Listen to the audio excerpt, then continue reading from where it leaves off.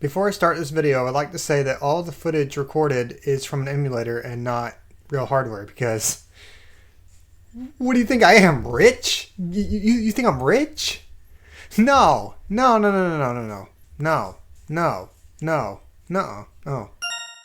Hey guys, welcome to Byte-Sized, where I talk about video games for a short amount of time.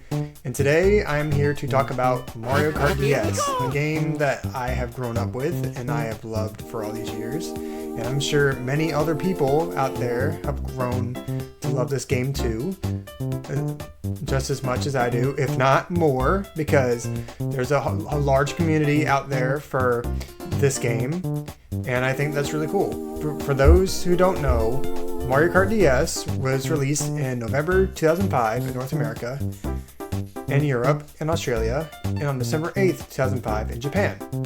It was re-released for the Wii U Virtual Console. Yes, I am reading this off of Wikipedia. Don't judge me.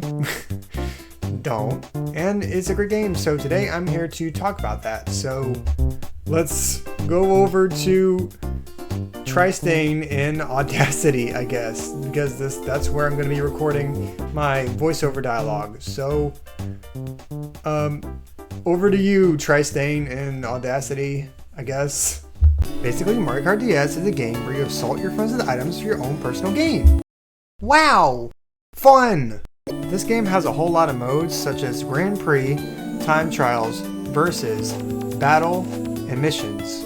Grand Prix is pretty much the main mode you want to do because, well, it has all the cups and all of the tracks in the cups, and you have to race through all of them to complete the cups. In Time Trials, you race by yourself to get the best time. That's basically it. That's all you do. And you can also race your ghost, so you can beat the time of that ghost, and then you can do it again and beat the time of that ghost, and then do it again. Versus mode is kind of like Grand Prix, but you can choose your own track, and you have a few options to choose from, so you can modify your session. It's pretty cool if you're just itching to play some Mario Kart, like you gotta play right now. But for real though, Versus mode is pretty good if you want to just play a quick round of Mario Kart real quick. In Battle mode, you got Balloon Battle and you got Shine Runners, I think? Basically in Balloon Battle, you have to pop everyone else's balloons and be the last one standing. And in Shine Runners, you have to get the most shines than your opponents. This is the mode everyone loves. It's Mission mode. It's basically where you do all these missions and you have to fight a boss at the end. It's pretty neat because the bosses are kind of like out of left field, like Chief Chili. That's all I can remember right now. Just Chief Chili. That's all I remember. He's the only unique one. He's the only one. I'm kidding. And then we have the playable characters, which is typical fare from Mario Kart 64. You got, of course, Mario, Luigi, Bowser, Yoshi, you, by the way. You, get off my screen. And also you got unlockables like Daisy, Rob, Waluigi, and Drive Mode. Some of the items returned from other Mario Kart games too, like the mushrooms, the green shells, the red shells. The bullet is a new one, Bullet Bill. And there's also the blooper, and the blue shell comes back from Mario Kart 64. So that's pretty cool. I mean, cool if you want to get Mario Karted, I guess. Mario Kart has a tradition. Whenever you beat all of the cups, all of the courses and everything in Grand Prix, you unlock the Special Cup, which has Bowser's Castle and Rainbow Road in it. And Bowser's Castle and Rainbow Road are some of the most memorable ones that I know from this game. And yeah, DS Rainbow Road is pretty cool. It's got a corkscrew. It's got a ramp. It's got a lot of cool things in it. I really hold that Rainbow Road dear to me. I really like that Rainbow Road. And now here's where we talk about the Wi-Fi connectivity. So if you were around back in the day when Nintendo was doing the Nintendo Wi-Fi connection, chances are you were playing Mario Kart DS online with other people, like 3 other people. It was pretty cool when you were able to get 4 people in one lobby and then just play. Like, I think I remember you not being able to pick every course, but you could pick Rainbow Road, which is pretty cool. I have a memory. I was at my sister's grandmother's house when I was younger, and I remember connecting to her Wi-Fi and playing the game over the Wi-Fi, of course. And I remember having fun. I wasn't really good at it, of course, because I was younger. I was a kid.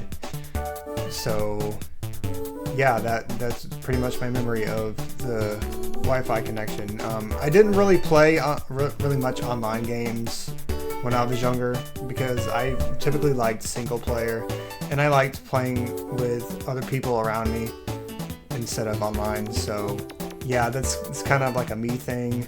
I still don't really play online games all that much because like I rather play online games with my friends and stuff like that. So there's that. Since this is bite-sized, I don't really want to go too in-depth about it because Byte-Sized is pretty much a show that is where I talk about video games for a short period of time, which hence the name Byte-Sized, because it's like a bite-sized video that you can fit in your mouth and chew for a little bit, just like gum, and then spit out later. I don't know where I was going with that, but yeah, I think that's the end of the video already. I might make longer ones after this one, so I apologize if this one was very short. I don't really have much to say about Mario Kart DS. It's a really good game, and I suggest you watch other people's reviews on it if you want a better understanding of Mario Kart DS, because this is pretty much my first video on here, and I don't know what I'm doing. I really don't know what I'm doing right now. I'm not reading off a script or anything. I'm just talking to the microphone, and I think I might make a script for my next one.